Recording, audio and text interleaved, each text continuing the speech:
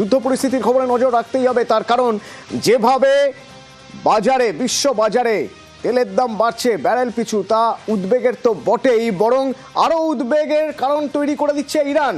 বলছে ইরানের যে প্রতিবেশী দেশগুলো, যেগুলো আমেরিকার মিত্র দেশ বলে পরিচিত, তারা যদি আমেরিকার সঙ্গ না ছাড়ে, তারা যদি ইরানের বিরুদ্ধে যুদ্ধ চালিয়ে যায়, তাহলে তার ফল ভুগতে হবে।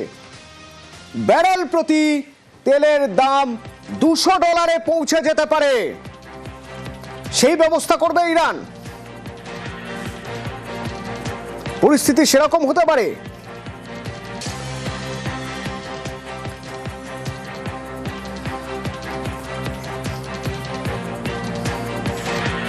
آمریکای جنایتکار و رژیم وحشی صهیونیستی را از چنین اقدامات بزدلانه ضد بشری برحذر دارند تا شعله‌های آتش و جنگ بیش از این گسترش نیابد. در غیر این صورت اقدامات مشابهی در منطقه صورت خواهد گرفت و اگر تحمل نفت بیش از بشکه‌ای $200 را دارید این بازی را ادامه دهید.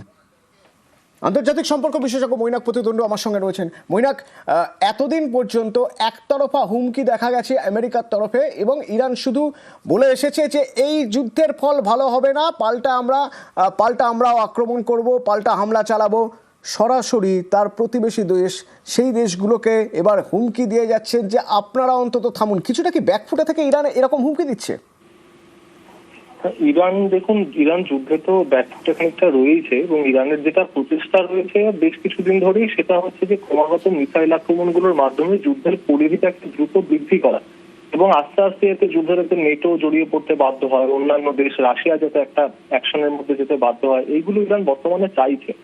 আর এই যে হুমকিটা বর্তমানে তারা দিচ্ছে, যে ব্রেন্ট ক্রুডের প্রাইস আমরা জানি আজকে অনেকটা বেড়েছে, এবং তারপরে তারা $200 পৌঁছে দেবে, এতটা আমার মনে হয় না হুমকি সারবত্তা রয়েছে বলে। এর আগে দুটো উপসাগরীয় যুদ্ধ আমরা দেখেছি, তখনও কিন্তু ক্রুডের প্রাইস বা তার যে শকটা ছিল সেটা এই জায়গাতে হয়তো গিয়ে পৌঁছয়নি, বা এর আগে অতীতে গত 25 বছরের মধ্যে 3বার ক্রুড প্রাইস এখন যা আছে এর থেকে অনেকটা বেশি উপরে গেছিল। এবং তার মধ্যে 2022-23 থেকে আমরা যদি দেখি, ভারত তার নিজের এই ক্রুডের যে ইম্পোর্ট, সেই ব্যাপারটাকে ডাইভার্সিফাই করার মাধ্যমে সে কিন্তু এই অয়েল শকটাকে অনেকটা অ্যাবজর্ব করতে সক্ষম বর্তমানে। আরেকটা কথা, আমরা সাধারণত ব্রেন্ট ক্রুড দেখে সবসময় চিন্তা করি, অর্থাৎ ওই একটা সূচক দেখে যে পেট্রোলিয়াম মার্কেটের অবস্থা কিরকম, এটা কিন্তু পুরো চিত্র আমাদেরকে দেয় না। হ্যাঁ, আরো কিছু সূচক আছে, আরো বেশ কিছু জিনিস দেখার রয়েছে, যার মাধ্যমে বোঝা যায় যে আমাদের ক্রুডের যে আমদানি রপ্তানির পরিস্থিতি সেটা কি দাঁড়াবে। আর আমরা ক্রুড কিনে হচ্ছে ফরওয়ার্ড কন্ট্রাক্ট, অর্থাৎ আমাদের কিন্তু ক্রুডের এই মুহূর্তে যে প্রাইসটা রয়েছে সেটা এক্ষুনি আমাদের উপর ইম্প্যাক্ট করছে, বিষয়টা কিন্তু তা নয়। মৈনাক, আরেকটা অত্যন্ত গুরুত্বপূর্ণ ডেভেলপমেন্ট হয়ে গেছে এখানে, তা হলো G7 দেশ। এই G7 দেশগুলি, G7-এর মধ্যে যে দেশটা রয়েছে, তারা সবাই মিলে একটা সিদ্ধান্ত নিয়েছে যে যেভাবে দাম বেড়ে যাবে তা রোখার জন্য 400 মিলিয়ন ব্যারেল তারা সরবরাহ করবে। সেক্ষেত্রে ব্যারেল প্রতি দাম হয়তো কিছুটা হলেও কমবে বা কমে গিয়েছে। এটার পিছনে কোন কূটনৈতিক অঙ্ক আছে বলে মনে হয় আপনার?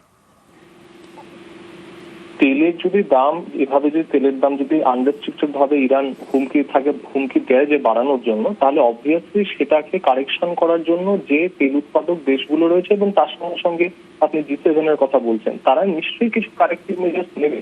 আমাদেরকে তো এটা দেখতে হবে এর মধ্যে যে ইরানের বিরুদ্ধে যে জোটটা কার্যত তৈরি হয়ে গেছে, সেই জোটের মধ্যে তো ওপেকের বেশিরভাগ দেশগুলো রয়ে গিয়েছে। তাহলে তেলের দাম অতিরিক্ত বৃদ্ধি হলে এক্ষেত্রে সব পক্ষেরই কিন্তু একটা সমস্যার জায়গা। তবে সেখান থেকে G7 তাদের মতো করে কারেক্টিভ অ্যাকশন নিচ্ছে। ধন্যবাদ মৈনাক। এবার এরকম একটা পরিস্থিতি, যে পরিস্থিতিতে সবার নজর থাকবে ভারতের দিকে, তার কারণ ভারতে প্রায় 50% তেল এই হরমুজ দিয়েই আসে, হরমুজ স্ট্রেট বা হরমুজ প্রণালী দিয়েই আসে। সেক্ষেত্রে বিদেশমন্ত্রী কিভাবে দেখছেন, ভারতের অবস্থান কি, বিরোধীরা জানতে চাইছে। বিদেশমন্ত্রী জয়শঙ্কর আজ রাজ্যসভায় বিবৃতি দেন। রাজ্যসভায় বিবৃতি দিয়ে তিনি জানান, দেশের জ্বালানি ভান্ডার নিশ্চিত করাই প্রধান লক্ষ্য। There are almost 1 crore Indian citizens who live and work in the Gulf nations. In Iran too, there are a few thousand Indians who are there for study or for employment. The region is key to our energy security and includes many important suppliers of oil and gas. there has been significant investment from the region into the Indian economy. Therefore, serious supply chain disruptions and climate of instability that we perceive are serious attacks on merchant shipping, where Indian nationals often constitute a large proportion of the crews. We have sadly already lost 2 Indian mariners and 1 remains missing in such incidents. কিন্তু যেভাবে যুদ্ধ এগোচ্ছে, যেভাবে দিনের পর দিন যুদ্ধকে আরো সময় দিচ্ছে, বলা যেতে পারে আরো বেশ কিছুটা সময় কিনে নিচ্ছে ইরান, তার কি প্রভাব পড়বে, কতটা প্রভাব পড়বে বিশ্ববাজারে? ইমন কল্যাণ লাহিড়ী, আন্তর্জাতিক সম্পর্ক বিশেষজ্ঞ, তার সঙ্গেও কথা বলেছিলাম আমরা। মার্কিন যুক্তরাষ্ট্রের মতো একটি সর্বশক্তিমান দেশ ইরানকে নিয়ে বসুক না, মুখোমুখি বসুক, যুদ্ধ থামাক, মার্কিন যুক্তরাষ্ট্র যুদ্ধটা করবে। বিষয় যেগুলো আমাদের সামনে উঠে আসছে, সেখানে তার নাম জড়িয়ে পড়ছে, তার থেকে নিজেকে সরিয়ে রাখার প্রচেষ্টা। আবার দ্বিতীয়ত, তিনি সেখানে আধিপত্য বজায় রাখতে চায়। কেন ইরান একতরফা সারেন্ডার করবে? ফার্স্ট ট্র্যাক তো আমেরিকা করেছে, আমাদের একটা বড় ট্রানজিট রুট কিন্তু ইরান। আমরা বিপদে পড়ছি, এবার একটা পক্ষ নেওয়া দরকার। ভারতবর্ষ, আফ্রিকা, ল্যাটিন আমেরিকা, দক্ষিণ যে রাষ্ট্রগুলো আছে, তাদের একটা পক্ষ নিয়ে বলা উচিত এই যুদ্ধ থামানোটা প্রয়োজন। মানবতার স্বার্থে প্রতিনিয়ত যে তেলের দাম বাড়ছে, দ্রব্য বৃদ্ধি হচ্ছে, সাধারণ মানুষ এবার তো না খেতে পেয়ে মরবে। তো আপামর অর্থনীতিটাকে ধ্বংস করে দিচ্ছে এই যুদ্ধ। এখন রাষ্ট্রপুঞ্জ ফেল করে গেছে, ওরা খালি মার্কিন যুক্তরাষ্ট্র আর কয়েকটা শক্তিশালী দেশের দালালি করছে। নতুন করে আন্তর্জাতিক পটভূমি না তৈরি করলে এই মানবতা, এই মানব সভ্যতা রক্ষা করে বিপজ্জনক হয়ে পড়বে। ইরান হুমকি দিচ্ছে ব্যারেল প্রতি তেলের দাম চলে যেতে পারে $200। বাজারের কি অবস্থা হবে? বাজার বিশেষজ্ঞ অনির্বাণ দত্তর সঙ্গে যোগাযোগ করেছিলাম। যুদ্ধের মধ্যে এগুলো কূটনৈতিক প্রয়াস, যাতে আমেরিকার বন্ধু দেশ তারা যাতে আমেরিকাকে শান্ত করার চেষ্টা করেন। এবং ইরান এই যুদ্ধটা যদি আরো 10 দিন চালিয়ে যেতে পারে, তাহলে সত্যি আমি শঙ্কিত যে তেলের দামটা $200 না হলেও তেলের দামটা কিন্তু $125 উপর পৌঁছে যাবে। যুদ্ধ শুরু হয়েছিল তখন $70 কাছাকাছি ছিল, আজকে কিন্তু সেটা $107, $8 চলছে। এবং আগামী কয়েকদিনের মধ্যে কোন জায়গাতে যাবে সেটা ভেবে ভারতবর্ষের মানুষজনও কিন্তু শঙ্কিত যে অতিরিক্ত টাকাতে তাকে পেট্রোল ডিজেল আগামী দিনে কিনতে হবে কিনা।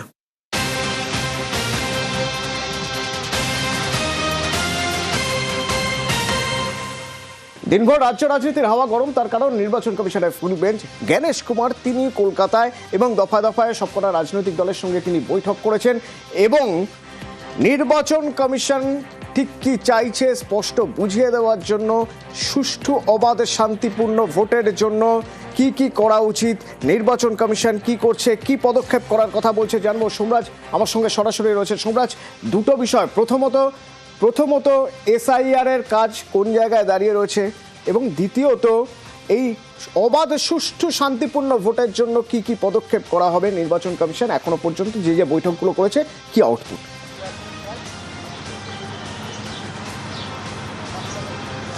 দেখো, প্রথমত তোমাকে জানিয়ে রাখি, দেশের মুখ্য নির্বাচন কমিশনার জ্ঞানেশ কুমার আজকে জেলা শাসক, পুলিশ সুপার, পুলিশ কমিশনার এবং বিভিন্ন এজেন্সিগুলিকে নিয়ে যে বৈঠক করেন প্রথম পর্যায়ে, সেই বৈঠকে গুরুত্বপূর্ণ কয়েক দফা নির্দেশ দেন, যেখানে তিনি স্পষ্টতই বলছেন যে বিভিন্ন রাজনৈতিক দলের তরফে অভিযোগ করা হচ্ছে যে এ রাজ্যে নির্বাচনের সময় অশান্তি হয়।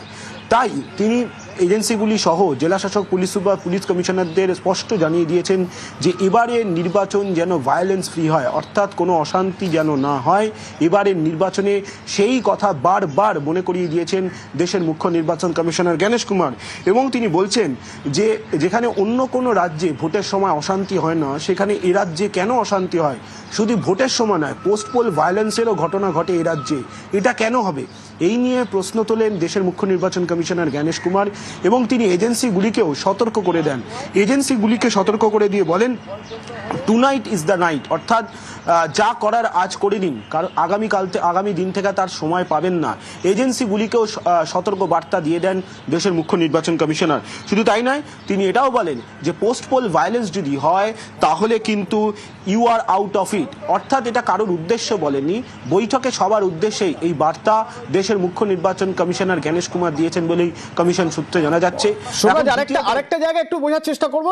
সোমরাজ, এডিজি আইন শৃঙ্খলা বিনীত গোয়েল তিনি জ্ঞানেশ কুমারের প্রশ্নের মুখে পড়েছেন, তার কাছে কি জানতে চাওয়া হয়েছিল?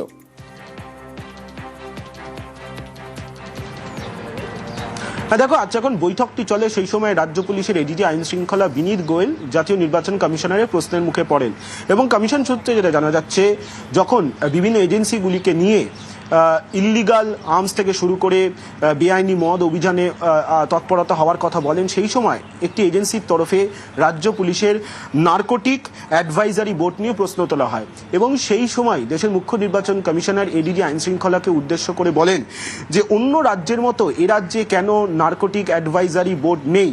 এবং তারপর এডিজি আইন শৃঙ্খলা যখন তার উত্তর দিতে চান, সেই সময় এডিজি আইন শৃঙ্খলাকে থামিয়ে দিয়ে তিনি বলেন গোটা বিষয়টি তার জানা রয়েছে। অর্থাৎ নার্কোটিক অ্যাডভাইজারি বোর্ড কেন এ রাজ্যে থাকবে না তা নিয়ে প্রশ্নের মুখে পড়েন রাজ্য পুলিশের এডিজি আইন শৃঙ্খলা বিনীত গোয়েল বলেই কমিশন সূত্রে খবর। সোমরাজ, আজ তিনটে বা বলা ভালো চারটি রাজনৈতিক দলের প্রতিনিধিরাই তারা গিয়েছিলেন দেখা করতে নির্বাচন কমিশনের সঙ্গে দেখা করতে গিয়েছিলেন। তার মধ্যে কংগ্রেস রয়েছে, তার মধ্যে সিপিআইএম রয়েছে, তার মধ্যে বিজেপি রয়েছে, এই রাজ্যের শাসক দল তৃণমূলও রয়েছে। কিন্তু গণেশ কুমারের সঙ্গে দেখা করার পর তৃণমূলের যে তিনজন প্রতিনিধি তারা ক্ষুব্ধ। কেন, কি হয়েছিল ভিতরে?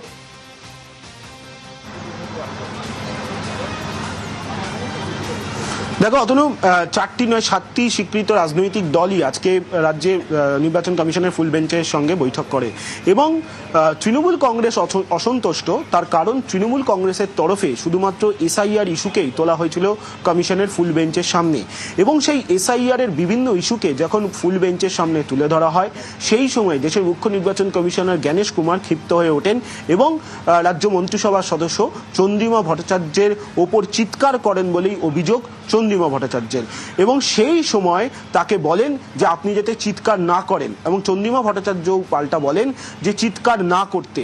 অর্থাৎ এই চিৎকার করেছেন এবং এর জেরে অপমানিত হয়েছেন চন্দ্রিমা ভট্টাচার্য।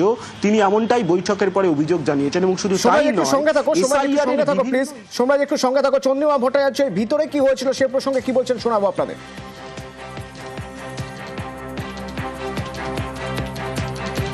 आप लोग संतुष्ट नहीं है सीएससी ज्ञानेश कुमार की बातों से संतुष्ट नहीं है। কথা নয়, এখানে বৈধ ভোটারের থাকার কথা। কত দফা যারা ওদের নাচাচ্ছে বলছে তাদের সুতোয় নেচে ওরা কত দফায় দেবে সেটা ওরা জানে। মানে আপনারা এক দফায় ভোট হলেও রাজি? আমরা বৈধ ভোটারকে চাই আমাদের যেখানে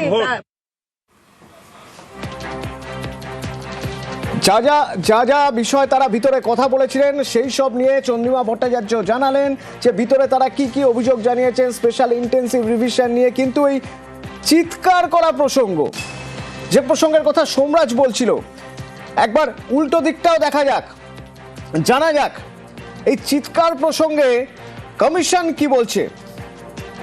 বৈঠকে মেজাজ হারানোর অভিযোগ করেছিলেন চন্দ্রিমা ভট্টাচার্য। আমার সঙ্গে প্রীতি রয়েছে। প্রীতি, চিৎকার প্রসঙ্গে কমিশনের কি বক্তব্য? দেখো, সর্বদলীয় যে বৈঠক ছিল সেই বৈঠকের একেবারে শেষ স্লট বলা চলে, অর্থাৎ 11:45 থেকে 12টা পর্যন্ত তৃণমূল কংগ্রেসের যে প্রতিনিধি দল, 3জনের দল এসেছিল, তাদের সময় দেওয়া ছিল এবং 11:45 থেকে 12টা পর্যন্ত তাদের এই বৈঠক, সেই বৈঠক গণেশ কুমারের সঙ্গে এবং তার যে ফুল বেঞ্চ তার সঙ্গে হয় এবং এর মধ্যেই অভিযোগ করেন চন্দ্রিমা ভট্টাচার্য বাইরে বেরিয়ে এসেছেন যে তার উপরে এই ফুল বেঞ্চ এবং গণেশ কুমার অর্থাৎ চিফ ইলেকশন কমিশনার তার উপরে চিৎকার করা হয় এবং তিনি সেই অভিযোগ তোলেন এবং পাল্টা কমিশন সূত্রে যেটা জানা যাচ্ছে, কমিশনের তরফে বলা হচ্ছে যে তাকে বলা হয়েছিল, অর্থাৎ চন্দ্রিমা ভট্টাচার্যকে বলা হয়েছিল, madam please tone down and suggestion give us your suggestion, অর্থাৎ আপনার যে উচ্চ স্বর সেটা কমান এবং আপনার যে সাজেশন দেওয়া সেটা আমাদেরকে দিন।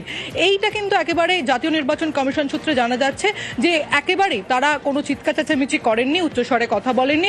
চন্দ্রিমা ভট্টাচার্য যখন কথা বলেছেন, তার যা বক্তব্য তা রেখেছেন, সেই বক্তব্যের পাল্টা কিন্তু গণেশ কুমার এবং তার বেঞ্চ যে ছিল তাদের তরফে বলা হয়েছে, madam please tone down and give your suggestion to us. Tone down এই কথাই বলা হয়েছে, নির্বাচন কমিশন জানিয়ে দিল। কিন্তু নির্বাচন কমিশনের কাছে তৃণমূল বেশ কিছু নির্দিষ্ট প্রশ্নের উত্তর জানতে চেয়েছিল। ভোটার তালিকার স্পেশাল ইন্টেন্সিভ রিভিশন নিয়ে বেশ কিছু নির্দিষ্ট প্রশ্নের উত্তর জানতে চেয়েছিল। সোমরাজ রয়েছে আমার সঙ্গে। সোমরাজ, তুমি বলছিলে কিছুক্ষণ আগে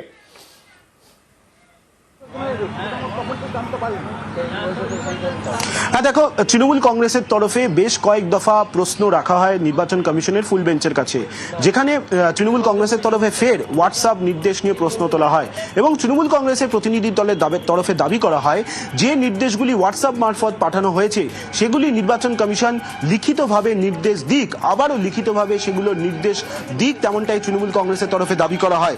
দ্বিতীয়ত, এই লজিক্যাল ডিসক্রিপেন্সি নিয়ে ফের সরব হয়েছে কমিশনের ফুল বেঞ্চের কাছে তৃণমূল কংগ্রেস। শুধু তাই নয়, তৃণমূল কংগ্রেসের তরফে যে 6 পাতা চিঠি দেওয়া হয়েছে সেখানেও এই লজিক্যাল ডিসক্রিপেন্সি নিয়ে ফের কমিশনের দৃষ্টি আকর্ষণ করা হয়েছে।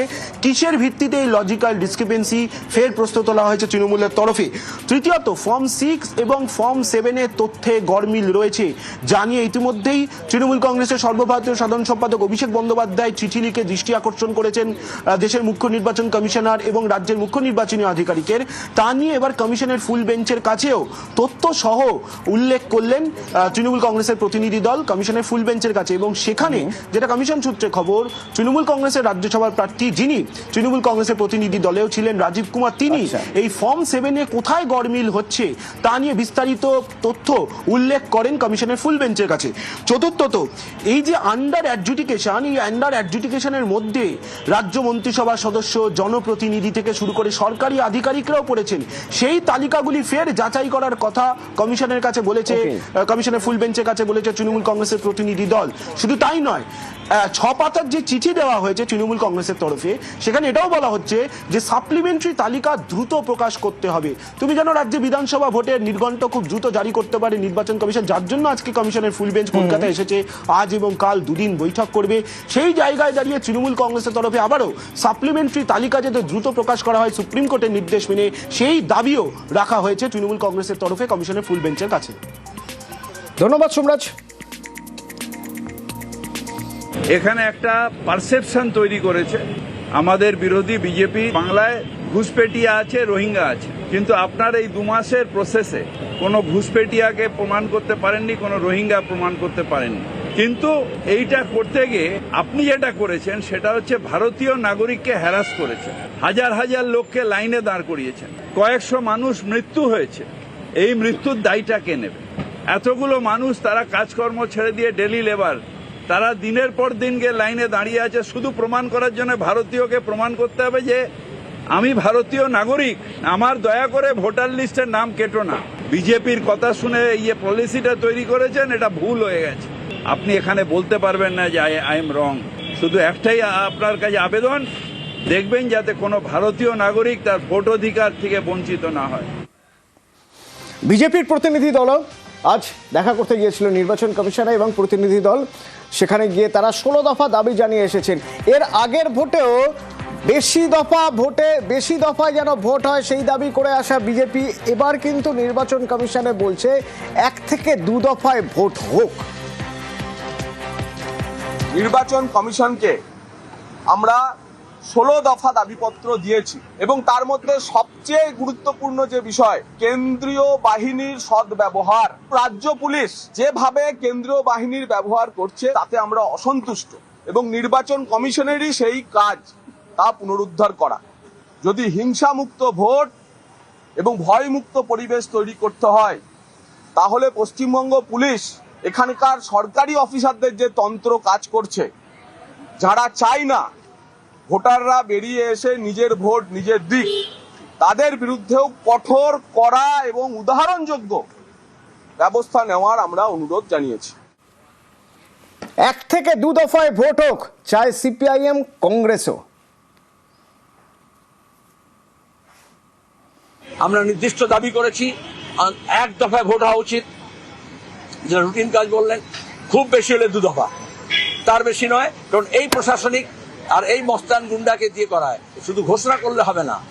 ওরা কথা দিয়েছেন, 1 এই 60 লক্ষ লোককে ফিরিয়ে এনে ভোটার লিস্টে, তারপরে ভোট হবে।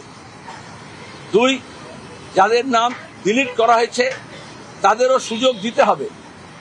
আর 3 ইলেকশন কমিশন কোনো রাজনৈতিক পক্ষপাত দুষ্ট হলে চলবে না।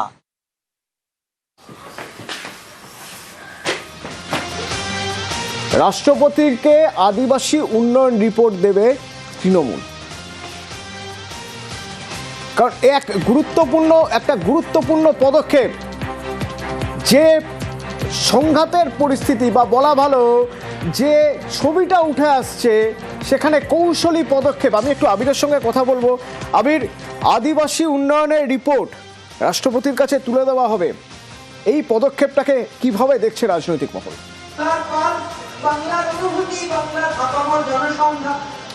প্রথমত তৃণমূল কংগ্রেস বুঝিয়ে দেওয়ার চেষ্টা করেছে যে তারা কোথাও গিয়ে রাষ্ট্রপতি পদের বা তার চেয়ারের অসম্মান তারা করেনি।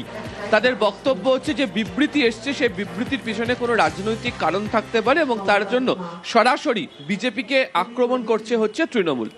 দুটো রাস্তা বাছাই করে তারা এগোচ্ছেন। প্রথমত যে রাষ্ট্রপতি যে বক্তব্য রেখে গিয়েছেন সেই বক্তব্যের পরিপ্রেক্ষিতে রাজ্যও চাইছে তাদের গত 15 বছর ধরে প্রত্যেক কটা ক্ষেত্রে দাঁড়িয়ে আদিবাসী জনজাতি সম্প্রদায়ের মানুষজন কি কি ধরনের সুবিধা পেয়ে এসছেন তার পূর্ণাঙ্গ বিস্তারিত তালিকা প্রত্যেক বছরের তথ্য সহ তুলে ধরার জন্য, এবং যে সমস্ত প্রকল্প রয়েছে, আর্থিক স্বনির্ভরতার প্রশ্ন রয়েছে, স্কুল কলেজ বিশ্ববিদ্যালয়ের যা যা যাবতীয় কাজ হয়েছে তার পুঙ্খানুপুঙ্খ তথ্য সেই রিপোর্টের মধ্যে থাকবে। সূত্রের খবর আজকেও দিল্লিতে থাকা 2 সাংসদকে বলা হচ্ছে যে এই বিষয় নিয়ে রাষ্ট্রপতি ভবনের সঙ্গে কথা বলার জন্য, দ্রুত কথা বলার জন্য, এবং যাতে দ্রুত অ্যাপয়েন্টমেন্ট রাষ্ট্রপতি ভবনের তরফ থেকে পাওয়া যায় সেই বিষয় নিয়ে জানতে বলা হয়েছে। দ্বিতীয় যে পদক্ষেপের কথা, আজকেও এই মঞ্চ থেকে কিছুক্ষণ আগে জ্যোৎস্না মান্ডিও একই কথা বলছিলেন বক্তব্য রাখতে গিয়ে, যে তথ্য দেওয়া হচ্ছে সেই তথ্যকে যেভাবে রাজনৈতিকভাবে বিধানসভা নির্বাচনের আগে ব্যবহার করা হচ্ছে তার সঙ্গে বাস্তবের এই রাজ্যের আদিবাসী জনজাতি সম্প্রদায়ের বাস করার যে অবস্থান তার মধ্যে ফারাক রয়েছে। এই রাজ্যে যারা বাস করেন তারা কি কি ধরনের সুবিধা পেয়ে থাকেন সেটা মানুষের কাছে তুলে নিয়ে যাওয়াটা তারা অত্যন্ত জরুরি বলে মনে করছেন। এবং তুমি যদি দেখো তাহলে দেখবে এই রাজ্যের একাধিক বিধানসভা আসন রয়েছে যেখানে আদিবাসী জনজাতি সম্প্রদায়ের মানুষের ভোটও একটা ফ্যাক্টর। ফলে তৃণমূল কংগ্রেস কৌশলী ভূমিকা নিয়ে এগোনো, একদিকে রাষ্ট্রপতির কাছে যাওয়া, আর দ্বিতীয়ত এই সমস্ত যাবতীয় তথ্য নিয়ে এই রাজ্যের বিভিন্ন বিধানসভা কেন্দ্রগুলোতে গিয়েও এই বিষয়ে যাবতীয় তথ্য সম্প্রচার সহকারে তারা প্রচারে রাখতে চায়। ধন্যবাদ আবির। কিন্তু উল্টো দিকে আবার যদি আমরা দেখি তাহলে বিজেপি কিন্তু রাষ্ট্রপতির কোট আনকোট অপমান তাকেই অস্ত্র করছে, ভোটে ইস্যু করবে, আর সেজন্য রাজ্যের আদিবাসী এলাকায় প্রচার করবে বিজেপি।